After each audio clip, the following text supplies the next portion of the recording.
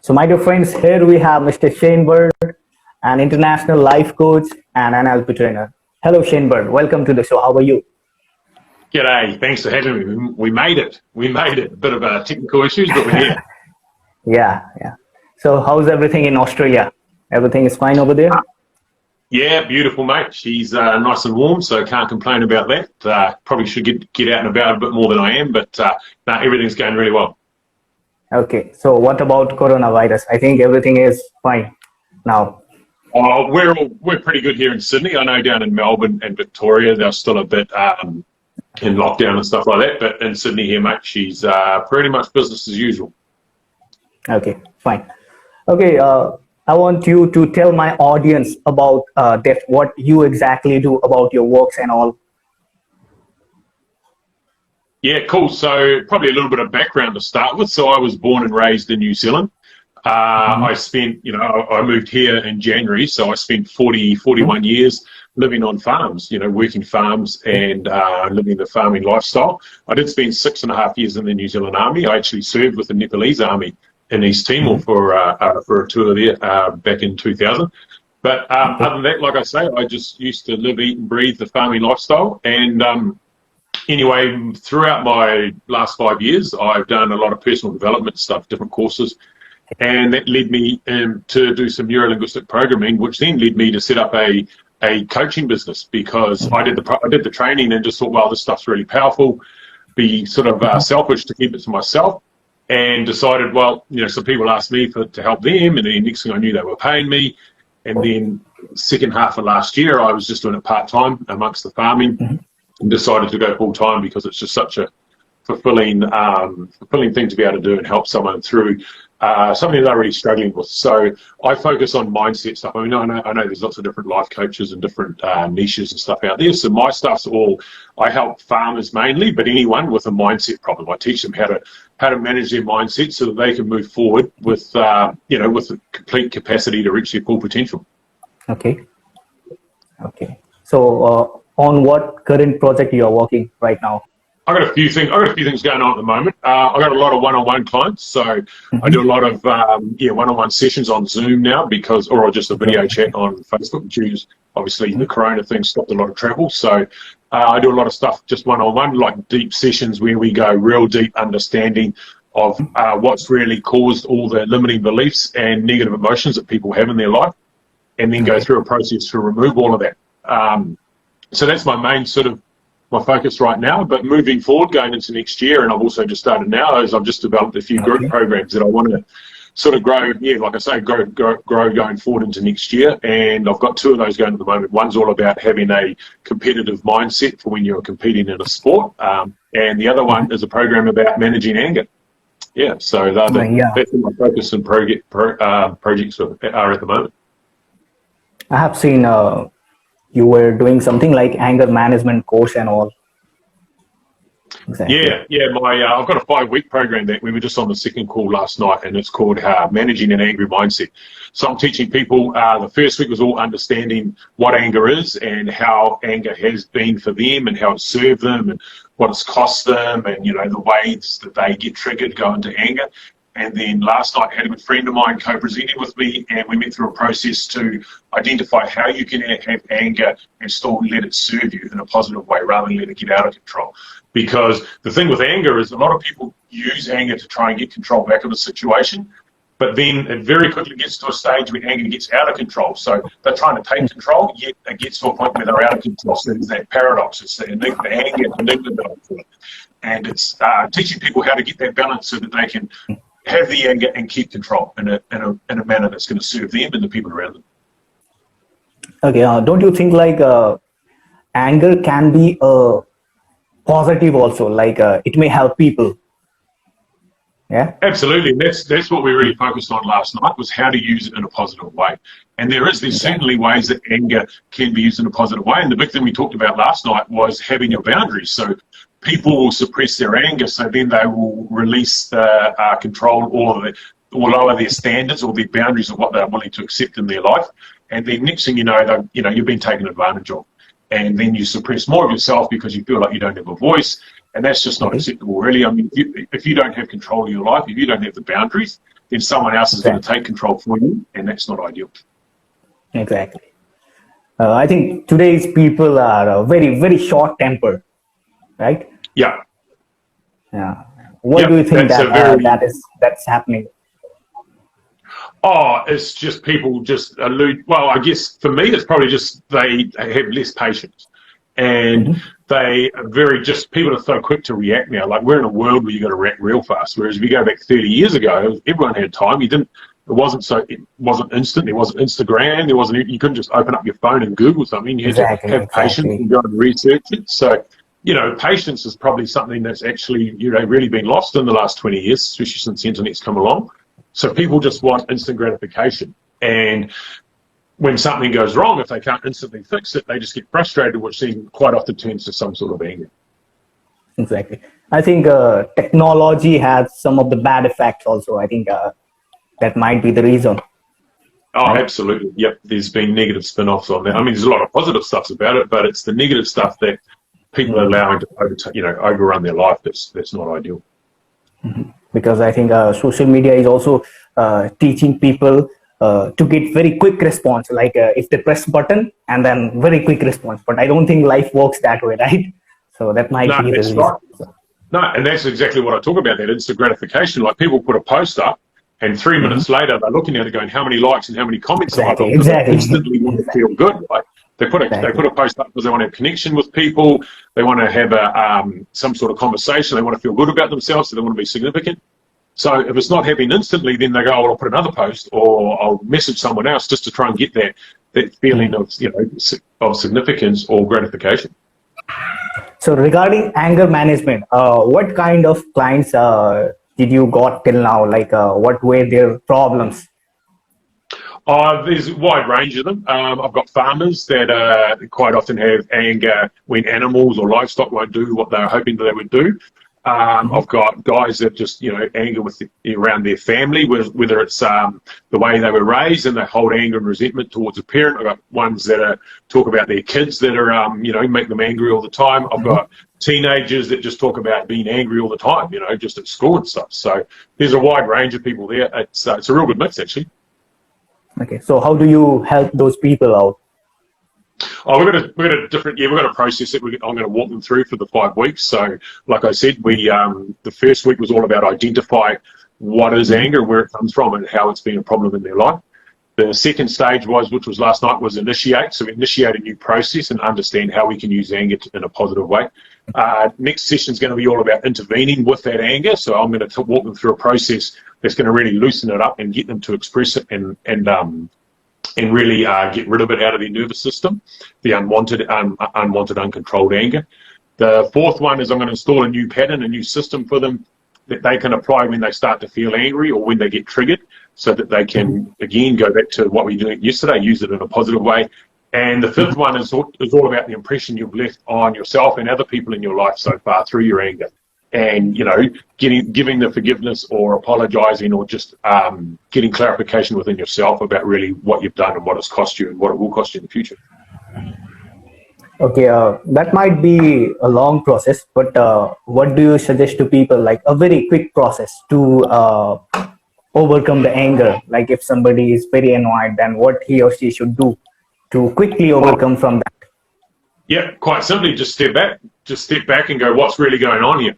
And ask yourself, why is that person making me angry? And quite often they're angry, so then we get angry back. So I'd actually be going, I wonder why they're angry. I don't need to be angry because they're angry. It's funny because people will be around other people that are happy, and they'll be quite happy to be happy because it's a positive emotion. And then when it's a negative emotion like anger, they're just quite happy to go and be angry as well. It's like, why do you do that? It's you feeding off their energy. So I always just look at other people and go, that's them dealing with their stuff. I don't have to be absorbed into that. And it's also them, they may be expressing stuff to you or saying stuff to you, and that's just their opinion. I don't necessarily have to believe that opinion or take that opinion on. So it's just really opening up your awareness. I always say open your awareness and look at it from further afield. Mhm. Put Okay. yourself out of your body, put yourself as a fly on the wall, as they say, and be the third person and go, what's really going on here? Yeah, even some people try to hurt themselves, right? Yep, In yep. anger. Yeah, I have seen a lot of people doing that also. I know, yeah, I was just saying that's another way that people like to deal with their anger. It's the way that they believe is the way to deal with it. Everyone's different. Okay. Yeah. Even some people try to hurt others, and some people try to hurt themselves, right? Yeah, yeah. And when they're trying to hurt someone else, it's because they want to be. They feel very insignificant in that moment, so they feel like they need to dominate the situation. And one way to do that is to be physically stronger or physically more powerful. So they just go out and get in a fight. Cool. And I have seen you talking about hypnotherapy also. I want to know about that. What exactly it is? Hypnotherapy. So hypnotherapy is a process that they use, or that we can use, to put you in. It lowers the brain waves in your mind, so it puts you in a more deeper, lower state. And then when you're in a lower brainwave state, you can actually give suggestions to the unconscious mind, so that you will change the behaviours based on the suggestions. Well, because everything you do, 95% of what you do is an unconscious behaviour. Every day, 95% of what you do without thinking about. So by using hypnotherapy and the induction and the deepener and getting yourself into that state, you can then give suggestions straight to the unconscious mind. So instead of having to repeat it 10,000 times over and over again out loud, it's just going straight in there. It's just going straight in there and dropping that message in there, so that when you unconsciously start behaving the next day or straight after the session, it's already in your unconscious mind, so it already starts playing out. Yeah. I remember my childhood, like I thought hypnotherapy was something like if somebody is closing his eyes and someone is telling something. Is it something like that? Oh, look, hypnotherapy's got a lot of negative association to it, especially from like the stage shows you see where someone will get 10 or 8 people up on stage and make them cluck like a chicken and do all that kind of stuff. So people think you're all hypnotized and you have no control. It couldn't be more further from the truth. You are always in complete control during a hypnotherapy session. You always have the ability to do or not do what the therapist is suggesting. If it aligns with your values and what you want in the future, you'll do it. And if it doesn't, like if I was to hypnotize you and then say, oh, okay, now I want you to go out and rob a bank, and it didn't align with your values, you'd just say no.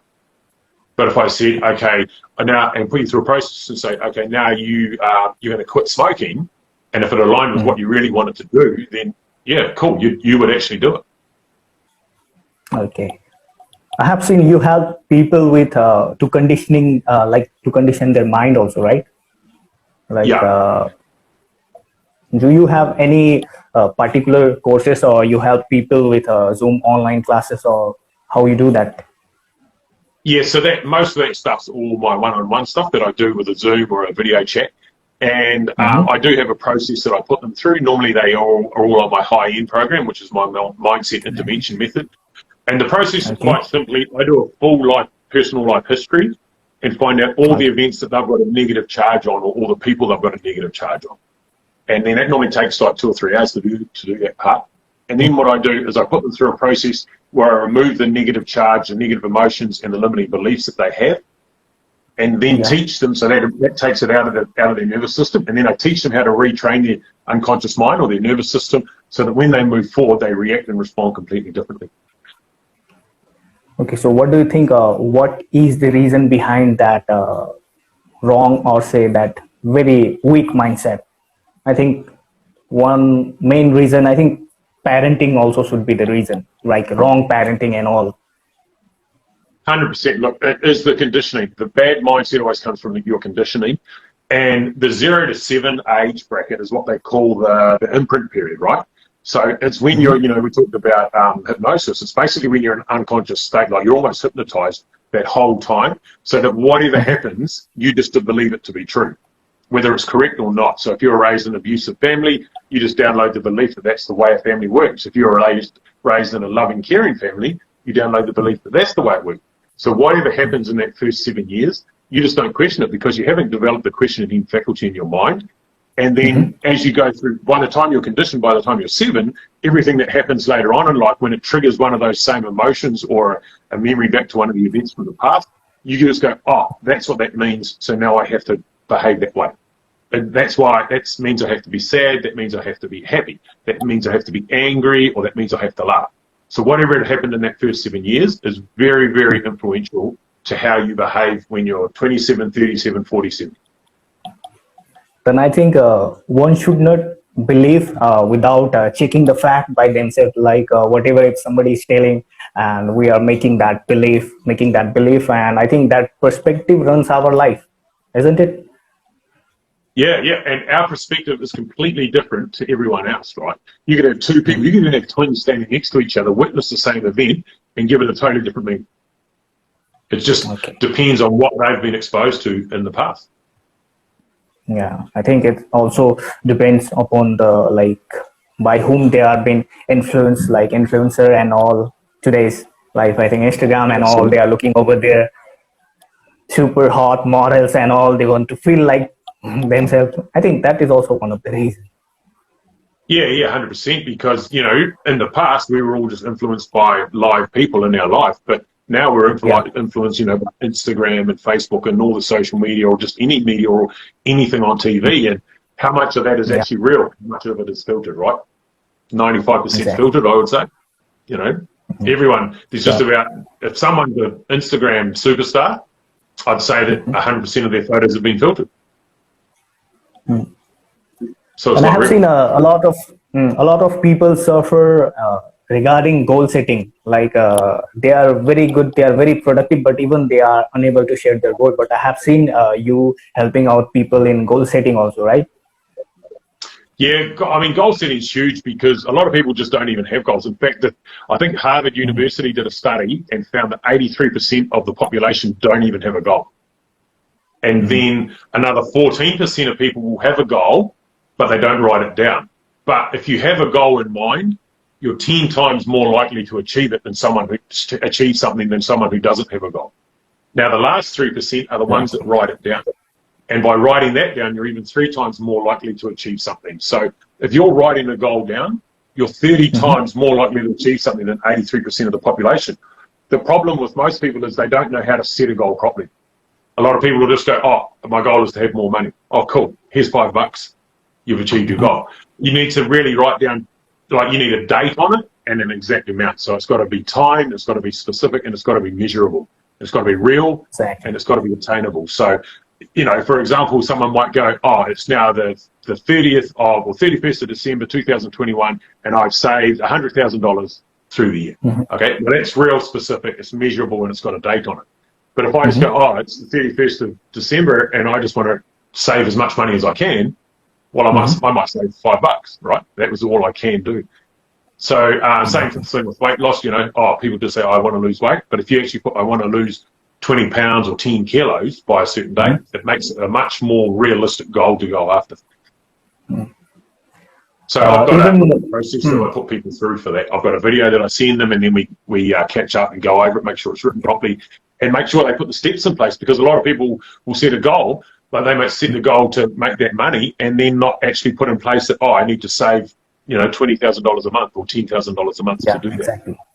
Yeah. So it's having the steps in place as well. Yeah, I think it plays a vital role. Like, where will I be in coming 5 years or 10 years? I think everyone Yeah. should set that goal. Yeah. And the one other thing that I feel is probably the most important thing is actually visualizing it. So, like, Visualize. again, with the money one of 31st of December next year, is actually visualize yourself sitting at your computer, opening the screen and seeing the balance. Because the more you do that, the more your brain will be drawn towards it. And the more number of times you do it, the more neurons you're firing in the brain, so the more strength that it'll have towards that goal. It's like if I walk through a forest once, then I've got to dodge and duck under all the branches and leaves and over the rocks. If I walk that path 10,000 times, the path naturally just becomes wider because the branches are broken away, the surface becomes flat, so it's real easy to walk. So the more you do it, the easier it becomes. Yeah, I think if we lack consistency, that is also one of the reason we can't do a proper goal setting, right? Because I have seen myself, if I am procrastinating to create videos and all, then I'm moving quite below from my goal and all. Yeah, yeah. So consistency is really important, and it just comes down to being committed to do it. Consistency is so important because if you stop and you fail, if you let yourself down once, you let yourself off the hook. So then you go, oh, that's all right. That's all right. And then next week it's twice, you let yourself off the hook. Oh, that's okay. And then 3 weeks, 4 weeks later, next thing you're doing nothing. So consistency So is 100% really important. how to be consistent, like in our goal or whatever work we are doing? Get someone to hold you accountable. Get a coach that's going to be on the phone every week or every month with you saying, are you doing this? And when they say no, go, why not? And there's got to be consequences. Okay, so we need someone, like somebody to pressure, somebody to tell you. Okay, Yep. Someone to hold you accountable. I have seen you helping farmers. So I'm talking with the first guy who's helping farmers, because I have seen people helping students, helping other professionals and all. But how you came this idea, like to help farmers and all? Oh, look, when you develop a niche, the best way to have a niche is to be the niche of you a few years ago. So who was I a few years ago? Well, I was a farmer that struggled with my mindset. So perfect niche, because I know how to go from feeling like shit to feeling empowered and, chasing my potential. So that was the easiest way to do it. It also means when we're having the conversations during the coaching calls that I understand the lingo, the language they use. I understand the words they're saying. I understand what it means to go to work early and come back late during the busy time. I just understand their life. I already understand the basics of their life. Okay, so that was the reason. Yeah, good Yeah. work. I like that, because people are not focusing on those farmers. I have never met anyone like they are helping farmers and all. Yeah. Okay. Yeah. So If I'm real lucky to be able to do that. exactly. So if somebody needs your course or whatever you are doing, so how can those people contact you? You are doing on websites or Facebooks or?